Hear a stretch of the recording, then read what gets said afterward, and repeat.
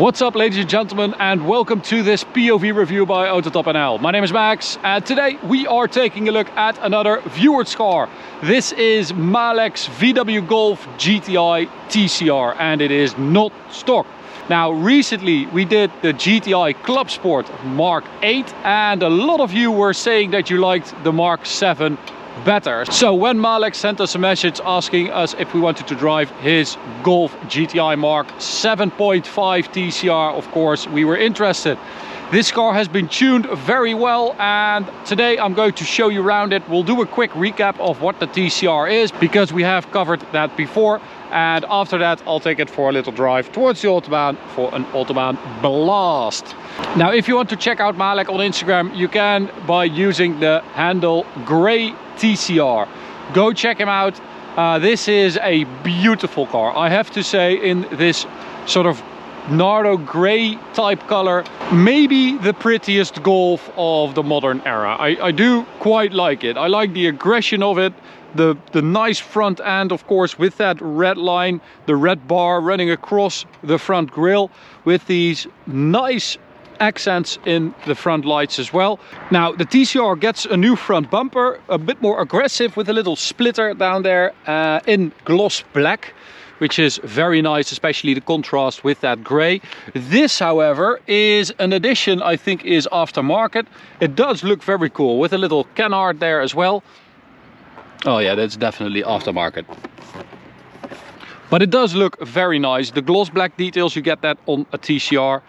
Touring car racing, I think TCR stands for. Of course, a little bit of a marketing trick, sort of a swan song model for the 7.5 GTI when it left before the Mark 8 came, as you know, one last hurrah for the 7.5 Golf. The 7 Golf, so the pre-facelift, of course, had the Club Sport and the Club Sport S.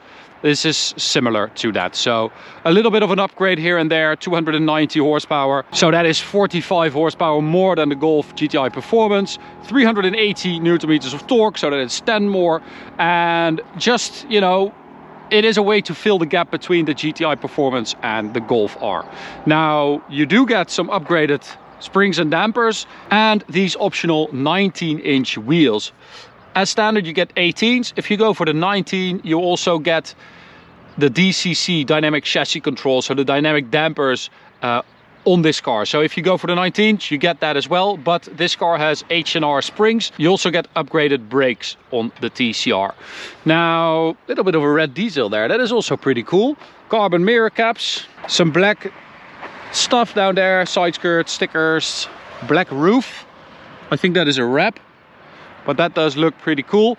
And then you get the gloss black on the spoiler here and on the side. Little bit of a spoiler there, and a very aggressive diffuser with the optional Akrapovic exhaust as well. Center silencer is gone on this car, which does give it a nice sound, and it does sound a little bit fruitier than the regular exhaust, of course. So, what has Malek done to his car? Let's check it out. Well, firstly, let's check out this. Oh my god, do you guys want to see that again? Here it goes.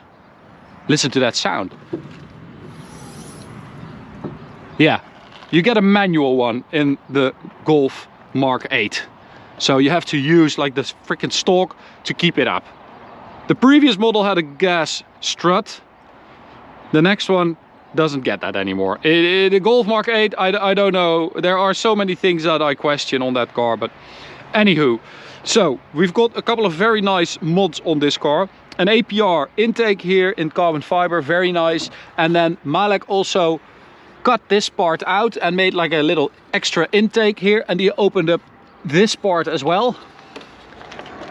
That part, to get more air into that intake, of course. We've got an upgraded Garrett turbo, which is rated at like 500 horsepower. And then we've got an HJS downpipe, 200 cell catalytic converter. Turbo inlet and outlet pipes are bigger. And then we've got a TCU remap, so the transmission software has been remapped. An ECU remap, of course. High pressure fuel pump from an Audi RS3. A Wagner intercooler and that brings the total to 430 horsepower and 550 newton meters of torque. So that is pretty damn nice. From 290 to 430, that is a healthy increase. And as you probably know, I like my Golf GTIs to be front wheel driven, or I like my fast Golfs to be front wheel driven. I think you can just have more fun with one driven axle, basically, whether that is front or rear. Doesn't really matter if you have the choice rear, of course, but Golf R compared to a Golf GTI, especially a TCR or Club Sport, I just don't like. I like this better, especially, you know, this car has way too much power for the front axle to handle, and that means that you have to work. You have to like be gentle with the throttle when you get out of a corner. You know, you have to do something yourself. It's not just floor it and the car fixes everything and you're basically, yeah, playing a computer game. No, you have to do some stuff yourself to get out of a corner as fast as possible, which I like. So yeah, I like this kind of setup. So on the interior, you get this very sporty seat with a little bit of Alcantara, and of course this nice pattern in there, GTI logo as well, and an Alcantara steering wheel. Now, start it up. This is actually a very nice steering wheel, not too thick, and then Alcantara on the gear lever as well. And Malek installed these pedal extenders, which normally I'm not a fan of, but this feels like aluminium because it is that aluminium? It feels kind of cold to the touch. I don't know. Anyway, it is good to have them because the standard pedals are just so tiny, and it's nice to have a little bit more, you know, to work with. That's what she said. Anyway, interior wise, very nice. I like this much better than the Golf Mark 8 interior setup because this works just way better. You've got Apple CarPlay and stuff like that, and you have regular buttons for the climate stuff, which I always prefer. You've got some important stuff here like the driving mode, the traction control, park distance, and then you have your volume here. So they already started going away from buttons in this one, which I also don't like. How does that work? Do you have to swipe or do you have to click? See, if it were a button, I would have figured that out immediately.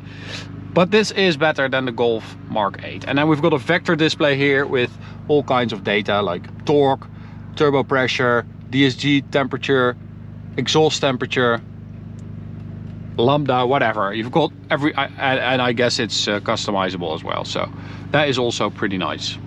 So let's go and have some fun. You also get a limited slip diff on the TCR. Put that in sport. And that is a good thing, that limited slip, because you know, that's a lot of power you're putting on the front wheels. So that limited slip diff really helps putting the power to the right wheel, especially of course when you add power like Malek has done. I mean, this is a lot more power than stock. So second gear, traction control, turn that off.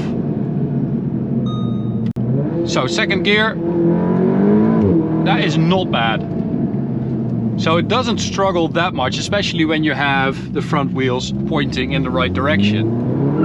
See, when you have them turned, of course, that is another story. But something I really don't like, and I don't understand why they did this, but the gearbox shifts up automatically. So what is manual mode about that? You know, it's not manual mode.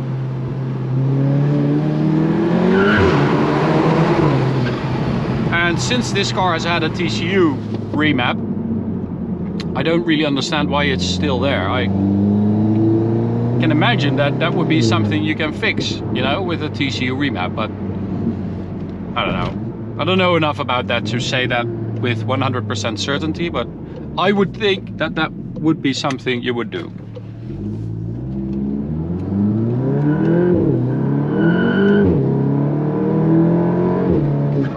Does sound pretty nice. And then you've got that APR intake at the front, you've got that blow off, which is pretty loud. You've got some nice sounds coming from this little Golf. Pretty cool. So onto the Autobahn.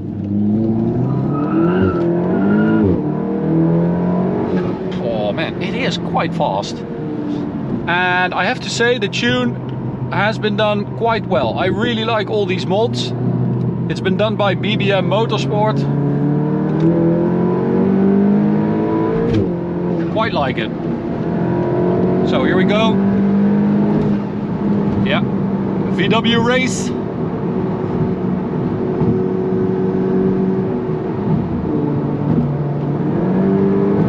There we go.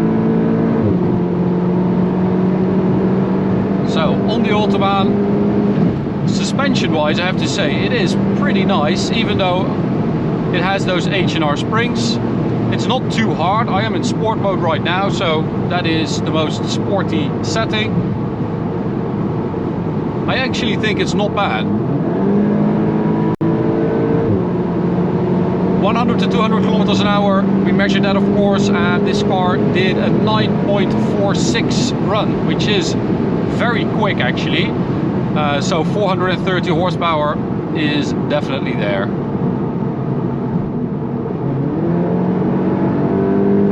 Picks up very well.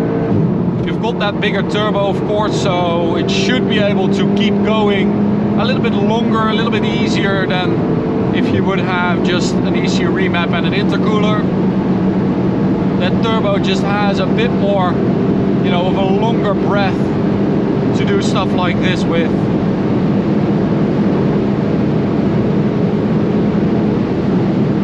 That is 275.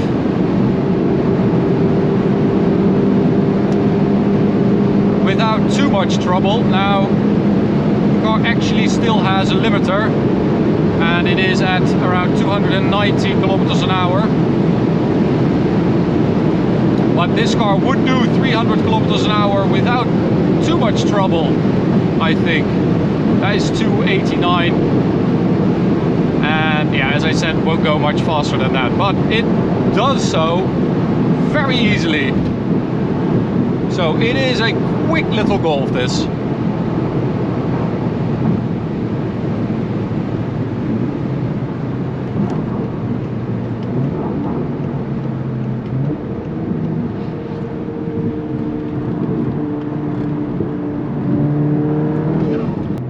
So what I really like about this car is that the tune has been done in sort of... Oh no, Frenchie broke down. I think they... Did they crash? I think they might have made a little crashy crash. Or did he run out of fuel? He actually ran out of fuel.